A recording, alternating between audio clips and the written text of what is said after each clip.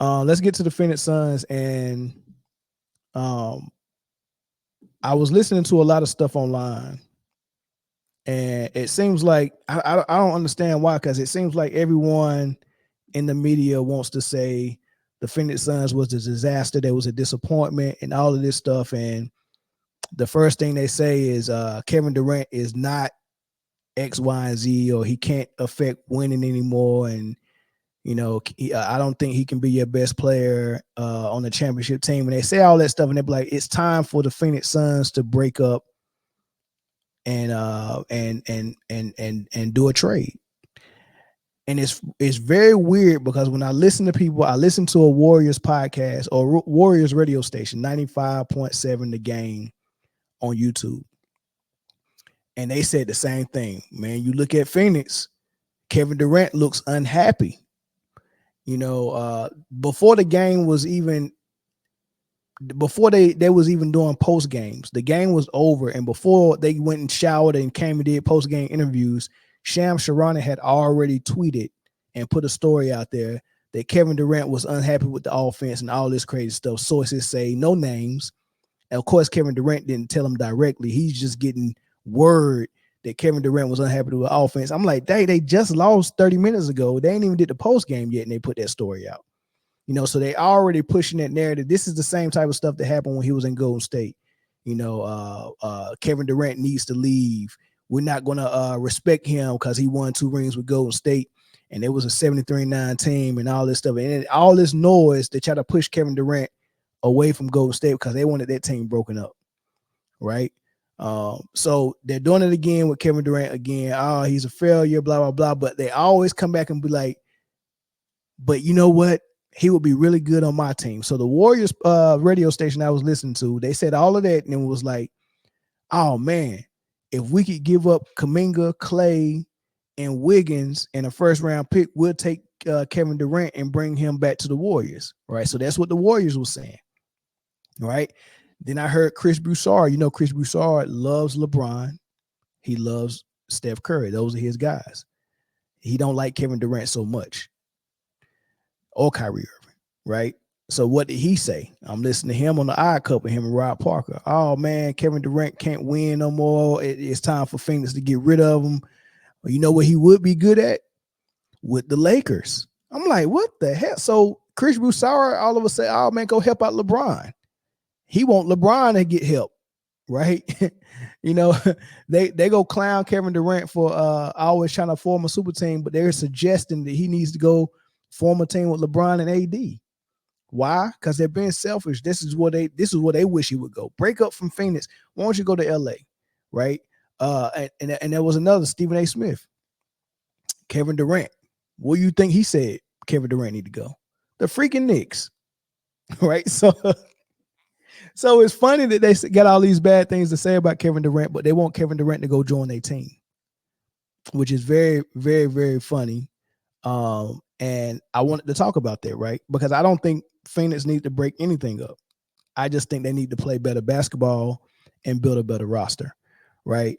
When people try to compare Kevin Durant to Steph Curry and say, oh man, Steph Curry got one without Durant, and then he got another one when Durant left and all this stuff, it's a whole different process, right?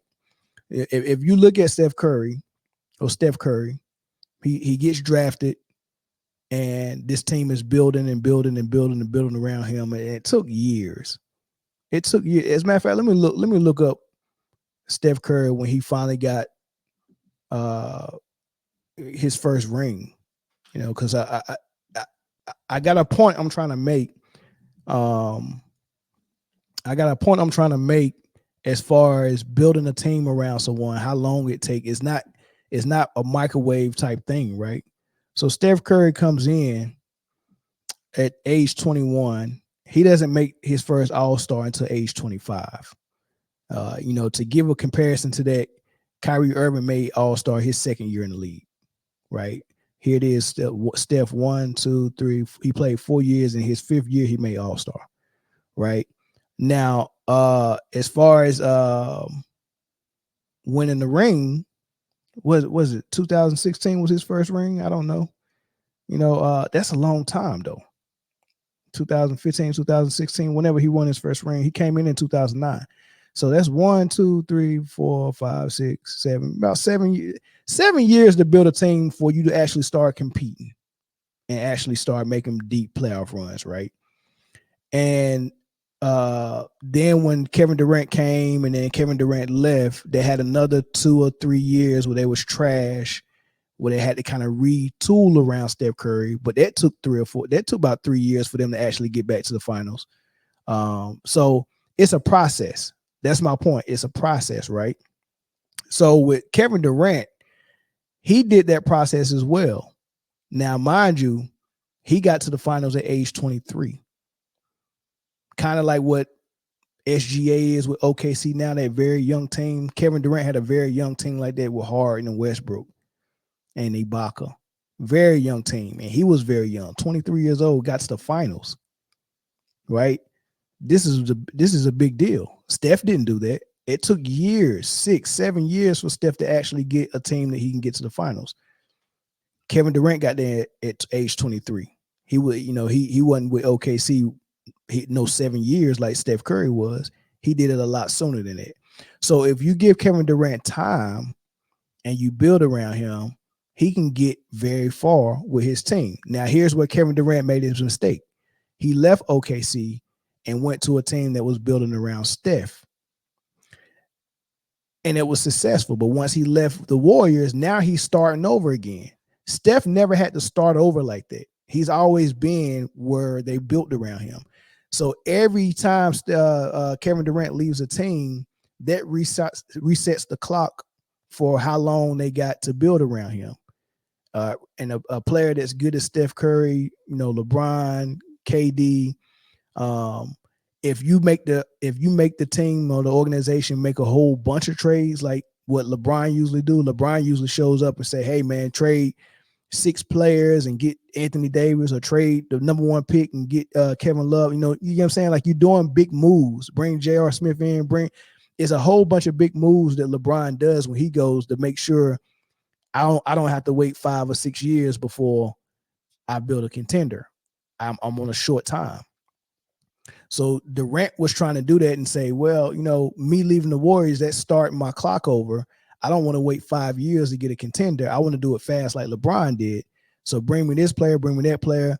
But it was always a bad fit for Kevin Durant because of circumstances.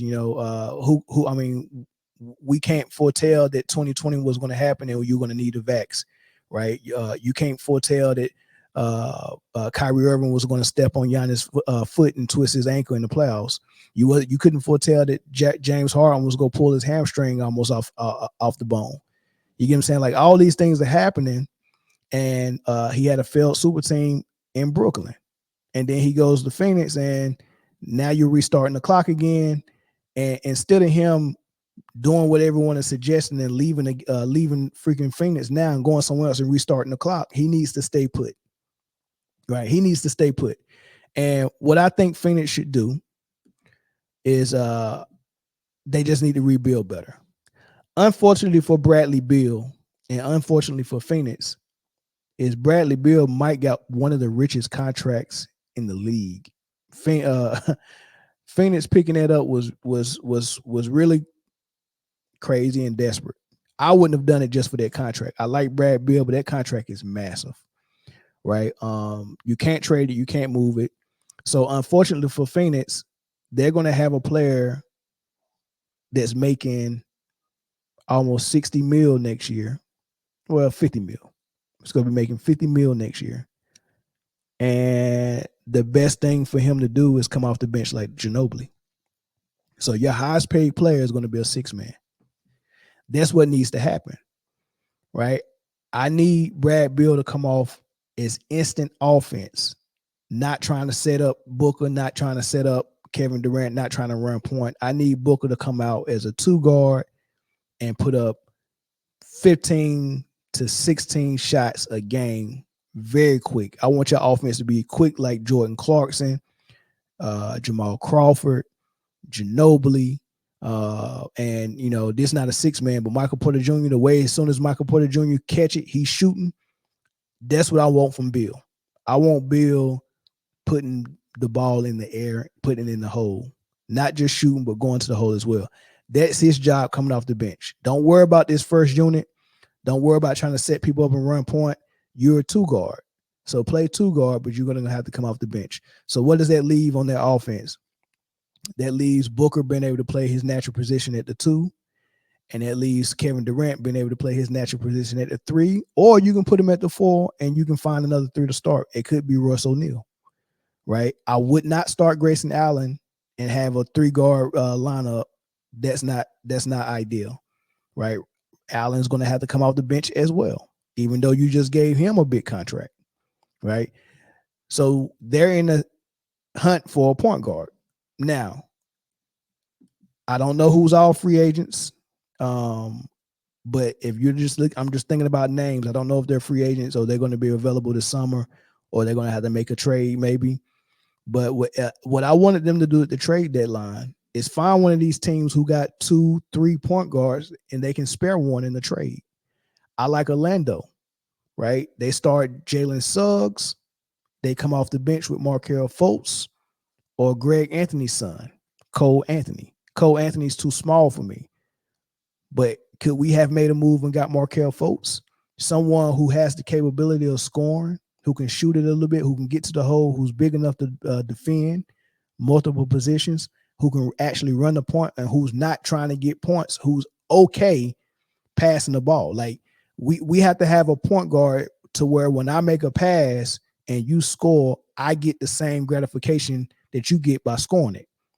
A scorer like Brad Beal or Booker is not that type of player to where I get hot because I'm making great passes. That's what Rondo and CP3 are. That's what pure point guards are. When I pass the ball and you score, I feel like I'm getting hot. Booker and KD needs to see the ball go in the hole. Brad Beal needs to see the ball go in the hole. They don't get gratification and satisfaction from seeing one of their pass turn into a point, right? Markelle Fultz does. You could have got Markelle Fultz, or you could have went another route. Got a bigger body defender type point guard like Dennis Smith Jr. Brooklyn got so many wings and point guards to spare. You could have got Dennis Smith Jr.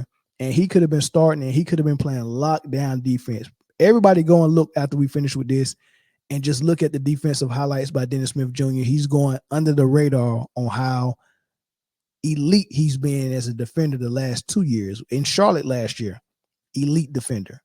In Brooklyn this year, elite defender. They could have him. They could have got Dennis Schroeder. They could have got Lonnie Walker the fourth. These are 6'4" point guards that can hit open jump shots, open threes, who can get to the hole and actually elevate, dunk on you, or finish strong at the rim. And they all play defense. And they're pure point guards. That's what you need as your starter. So imagine Dennis Smith Jr., Dennis Schroeder, Markelle Fultz, or who was the other name I said? Or Rondo. Bring him out of retirement. Or Rondo. One of those point guards you can have setting up Kevin Durant, setting up Booker, right? And then you can have Brad Beal come off and boom, he can be doing the same exact thing. As soon as Booker sit down, Brad Beal come up and keep that pressure applied. And then in the fourth quarter, those guys are not so good where you have to play them. So if you bench them in the fourth and have Brad Beal out there, then it all makes sense. It's all good. He can finish the game. He's a six man. He don't start, but he's finishing the game. And you can't complain. You're the highest paid player in the league. Do what I'm asking you to do as a coach. You're making a pretty penny. It's going to be better for the team. Ginobili had to suck it up as well. So Brad Beal's going to have to play a little bit of six man. They're going to have to get a real point guard to set them up to balance that team out. Nurkic I like, but Nurkic is not a guy that's above disappearing. He disappeared at the playoffs. He just disappeared, right? So I don't understand why they won't give a chance to someone like DeMarcus Cousins or Dwight Howard. I would, right? So I would definitely. I mean, these are easy things they can do without having to make trades or break the bank, right? Easily, I'm bringing in Dwight, shot blocker, rim protector, know how to defend, smart, can get you something in the post as well, athletic, right? Boogie Cousins is a little bit different. He's a big body. He can pass just as good as any big man in the league that can pass. And then he can stretch the he can stretch the floor all the way to the 3-point line. Right. So either one of those guys, I'm taking that. But I'm also utilizing Bobo a whole lot more than Frank Vogel did this season. A whole lot more. I just didn't understand the Bobo minutes and what was going on with Devin Eubanks, why he was so in love with Eubanks. I don't get it at all. I don't get why Eubanks was such a commodity to Frank Vogel where he had to play him so many minutes and Bobo couldn't get no minutes. That one I don't get. Right. So those are the type of moves I'm making. As far as who contract is falling off, Royce O'Neal, well, they already re-signed Grayson Allen, so he's locked up for a couple of more years. Royce O'Neal, you got to make a decision on that. He's only 30. I like him. He's a knockdown jump shot 3-point shooter, and he defends. So I would keep Royce O'Neal. I would try to re-sign him, but I mean, that you got Nasir Little locked up. Eric Gordon has a player option. Josh Okogie has a player option. You didn't even play Josh Okogie. He's only 25. I'm probably letting Eric Gordon go. If he don't pick up his option, I don't re-sign him, but he'll probably pick his option up. Josh Okogie will probably pick his option up as well. Who knows? But we got a team option on Rowdy. I don't pick that up. But Bobo, his contract is up, and he's only 24, and they didn't even utilize him. I gotta keep Bo. The same production you got from Porzingis in Boston or Wemby in San Antonio or Chet Holmgren in OKC, with having a 7'3" or above player with long arms who can stretch the floor with 3-point shooting, who could also post up, who could also move on the perimeter as well, but who also could protect the rim and shot block. I don't understand why you don't want that on your floor. Frank Vogel was a mess this season, right? I don't know if he need an assistant to come in and install an offense for him or what, but I wasn't impressed by what they was running at all. It was just high screen and roll all day long, and that's another reason why they probably didn't want to play Bo because his slight frame. They didn't want to keep running screens to him. That's why they had that big body not Jokic, but big body Nurkic and big body Eubanks. Every time they got in the game, they was constantly running screens at them, right? So 82 games plus playoffs, getting hit with screen, with bodies every other night like that. You need a big body to take that type of punishment and set those good screens. So I can kind of understand why Vogel wanted that, and you probably can't do that too much with Bo. But why was the offense all about high screen and roll? That's what I don't understand. Why was the offense all about screen and roll when you got players like Booker who can come down off a pin down, catch and shoot, come off a curl, catch and shoot. You can do a floppy, catch and shoot, double screens, mid-range, like all these things. Kevin Durant, same thing. The type of stuff that Rip Hamilton, Reggie Miller, Ray Allen, these type of shooters that did, like you have to watch them and say, I can use these same plays for Booker and Kevin Durant because they're that good. So I have to have those are easy points to me. And all I seen Phoenix do was either post up Kevin Durant in the mid post or run high screen and roll. That was their entire offense. Their entire offense, man. But that's just my thoughts on the Suns. Do I want to open the phone line? I'll take 2 phone calls for this one. I'll take 2 phone calls because it seemed like y'all might want to weigh in on this. But that's my thought on the Suns. I think that's what they should do. Beal goes to the bench. If you're not going to bring in a new coach in place of Frank Vogel, then Frank Vogel is going to have a better offense installed where he's utilizing his players a little bit better. Beal go to the bench. A real point guard runs the offense who also plays great defense, and find another guy at center other than Nurkic. And Bobo has to play. Caller from Los Angeles, what's up?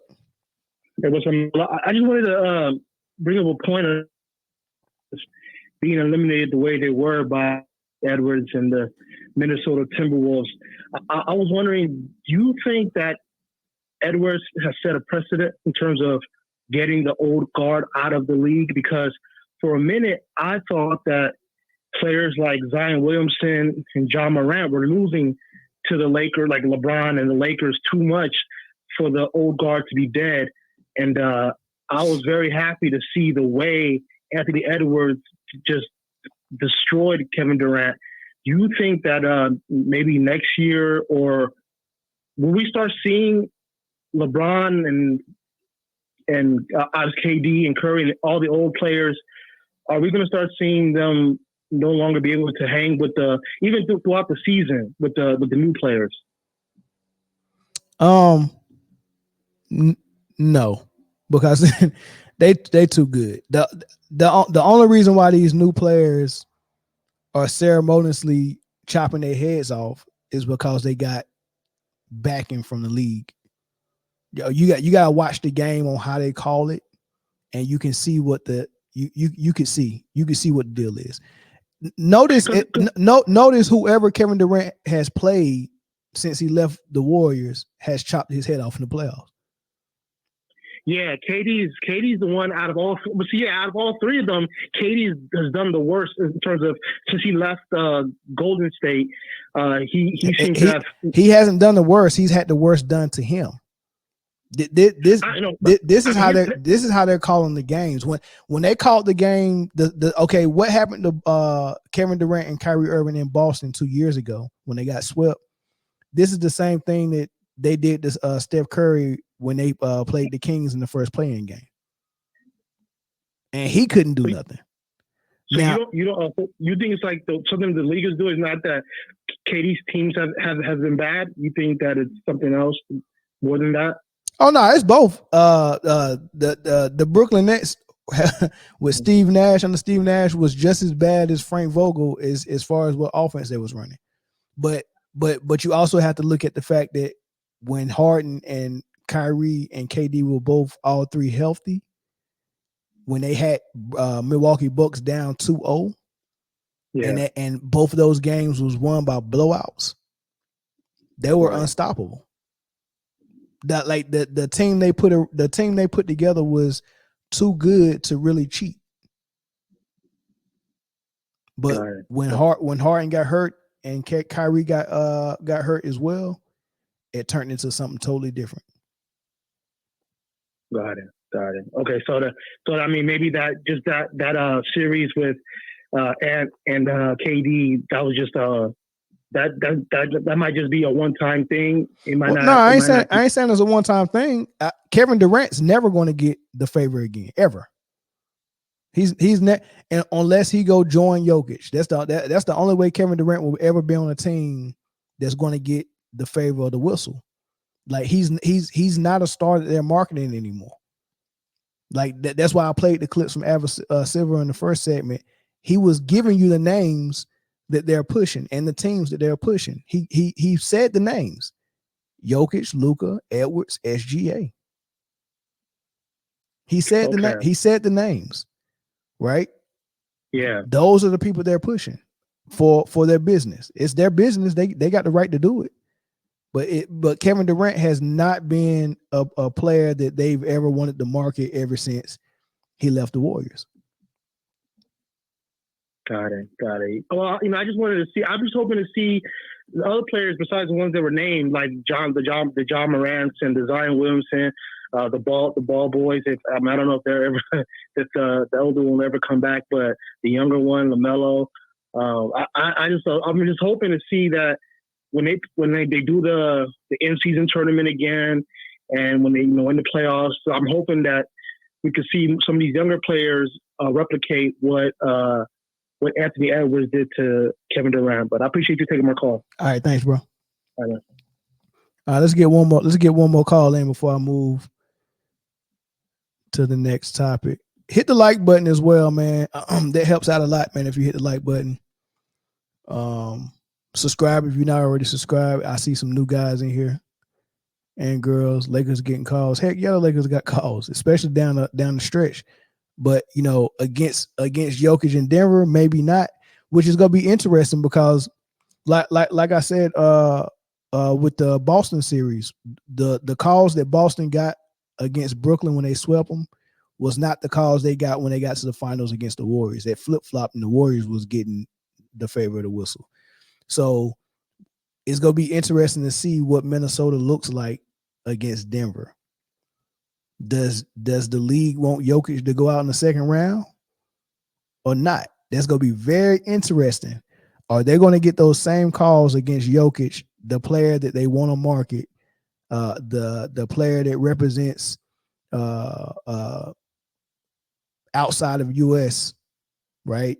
And that's the 70, that's the 75% viewership that they trying to continue to pull in. Are they going to allow Jokic to look as bad as Phoenix looked against Minnesota? Remember, this is a team that's ranked top 5 offense, top 5 defense, right? So you would think when they play Denver that they should be able to do some damage. This is a team that won more games than Denver, right? So you would think Minnesota might be able to do some damage, but it's gonna be real interesting when we watch them play and Minnesota just look totally different, right? So just keep that in mind for the second round. No way Jokic gets the same calls the Lakers and LeBron gets. It depends on how you look at it. Is he going to the line as much? Probably not. But is he getting away with foul? Remember, Jokic can't play defense or move his feet well. So when you watch Jokic play, the way you can really exploit him is get him on an island and make him have to play defense on the island. And it's not hard to blow by Jokic. But you know what makes it harder? Is when you try to blow by him and he hits you with his chest and he bumps you right when you about to go up for your shot. That's what he was doing with Anthony Davis. Anthony Davis could easily get by Jokic. But every time he got by Jokic, right before he was about to go up and shoot, Jokic would bump him with his chest. He didn't touch him with his hands. He would bump him with his chest. And AD would go flying off the mark and take an off-balance shot. They never called it. He chest bumped this man every time he got in the air. They never called it. So if you're going to allow him to do that, that's going to do a couple of things. One, he's barely going to pick up fouls. So he's not going to get in foul trouble. You remember back in the day in the 90s where people was guarding Shaq, and when you couldn't guard Shaq, like you remember Divock getting 2 fouls and going to the bench, and then the backup center coming in, Pollard, and he get 2 fouls and go to the bench, and then they got to let Chris Webber guard him. And then Chris Webber was their whole offense. So if he get 1 foul, they got to take him off Shaq. And now they got to put Funderburk in to guard Shaq, an undersized guy. Like, fouls was getting used. I remember the game plan against Shaq when he was in Orlando when Jordan them played him. They started Luke Longley. Luke Longley was using all his fouls. Then they bring Will Perdue in. Will Perdue use his fouls. And then Bill Winnington use his foul. Then they put Rodman on him, right? So what happened to big men getting in foul trouble? Why we don't never see Jokic in foul trouble? How is it a player who can't play good defense for some way never gets in foul trouble? How come Luka, who can't play defense, somehow never gets in foul trouble? But the shot blocker in AD, who can move his feet, is getting in foul trouble more than he is. You got to ask yourself that. So it's not just how often we put you to the line. It's how often am I calling fouls on you?